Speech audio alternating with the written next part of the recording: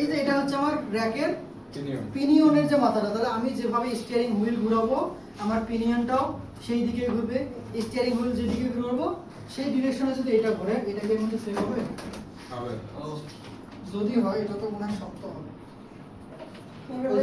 এটা লাগবে না, জাস্ট এটা। আচ্ছা, এটা শক্ত লাগতেছে, আমরা এখান থেকে দেখব না, আমরা সরাসরি ওখান থেকে দেখব। তার মানে এই যে দেখেন, মানে মোট কথা বোঝা গেলে আমার এই যে স্টিয়ারিং যেদিকে ঘুরবে পিনিয়নটাও সেই দিকে ঘুরতেছে না? তাহলে স্টিয়ারিং হুইল কলাম পিনিয়ন সব একই ডিরেকশনে ঘুরবে। যখন একই ডিরেকশনে ঘুরবে এই ডিরেকশনটা আমরা এখান থেকে দেখি।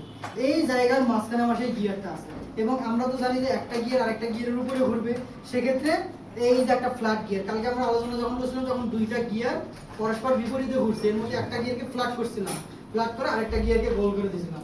এখানে যদি আমি একটু আপনাদের এক্সপেরিমেন্টটা দেখাই যে এখানে কিভাবে মেকানিজমটা কাজ করে, জাস্ট ওটা করে দেখা বুঝি কিনা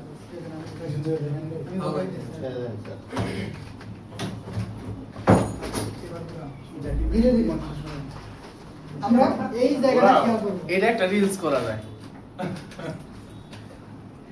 ও কোডিং এই যে এই পাশে বের হচ্ছে, ঘুরাইতে থাকেন, ঘুরে দিকে টাকা লাগতেছে। আরে ভাই ভয় লাগে স্টিয়ারিং এ এই মতো ঘুরে ঘুরে তাহলে ওস্তাদ দমেল না গাইস ভাই তারা বলে যাবে। এই যে সামনে যাচ্ছে পিছনে যাচ্ছে, এটা একটা ছোট ভিডিও বানানো আছে, ঠিক পাইতেছে? আরে কোন এটা আমি আমার ফেসবুকে ছাড়বো, সেটা পুরো মতো করে ভাই ভিডিও করতে দাও আপনি তো রাখি করো তুমি করো কেন আমাদের পোস্টে আরে কার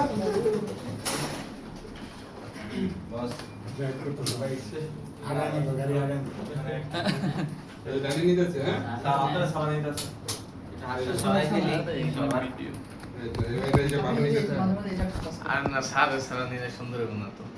না না আটটা শহর হয় না তাহলে এটা এটা এইভাবে যাচ্ছে, এটা এইভাবে যাচ্ছে। হ্যাঁ ওই বাইরে আচ্ছা আরে এই দিন আদা লোড দেয় না শুনুন, এই যে আমার বারবার টিথ আসতেছে, টিথ যাচ্ছে, এখানে যেটা হচ্ছে এই যে টিথ বেরোচ্ছে, তার মানে এই থেকে এই পর্যন্ত একটা পুরোটা একটা রেল আছে, ওই রেলের উপরে আমার পিনিয়নটা ঘুরতেছে। এখানে যে মেকানিজমটা হচ্ছে স্টিয়ারিং আমি যেদিকে ঘোরাচ্ছি পিনিয়ন সেদিকে ঘুরতেছে, পিনিয়ন যেদিকে ঘুরতেছে কিন্তু র‍্যাক তার বিপরীত দিকে যাচ্ছে। র‍্যাক যদি বিপরীত দিকে যায় তাহলে চাকা কোন দিকে থাকবে? চাকা আমরা দেখব ঠিক পিছনের দিকে থাকবে, যার কারণে চাকা করবে আবার স্যার চাকা পিছনটাকে ধাক্কা দিবে। এবার আমরা সরাসরি চাকাতে যে পার্টটা থাকে সেটা নেব, ওখান থেকে আমাদের স্টিয়ারিং নাকেল নেয় একদম নিচে আছে, একদম নিচে আছে। আরে করা লাগছে না ভিডিও তো আজকে সবাই উঠে যাও। ডিপার ওঠে না ভাই ডিপার এই পাশে থাকে জয়েন্ট দিয়ে কানেক্টেড থাকবে।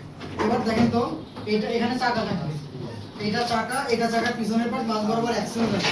এখন আমরা যখন এই জায়গা পয়েন্ট করে ঘুরাবো, এই দেখেন এইটা কাটা মানে জানি চাকা কাটা, এইটা কাটা মানে চাকা কাটা, বুঝতেছেন? কিন্তু মানে এইটা আর চাকা সেম ডিরেকশন।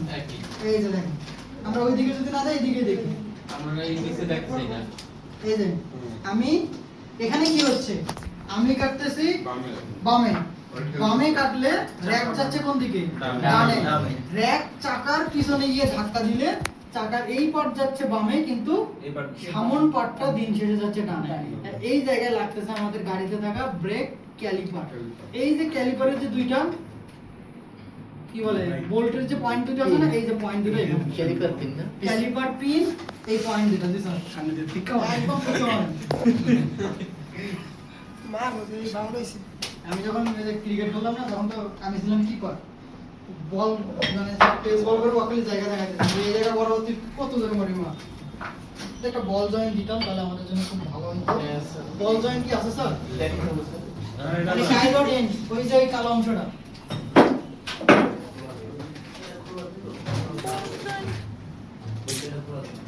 আমাদের থিওরি প্র্যাকটিক্যাল এখানে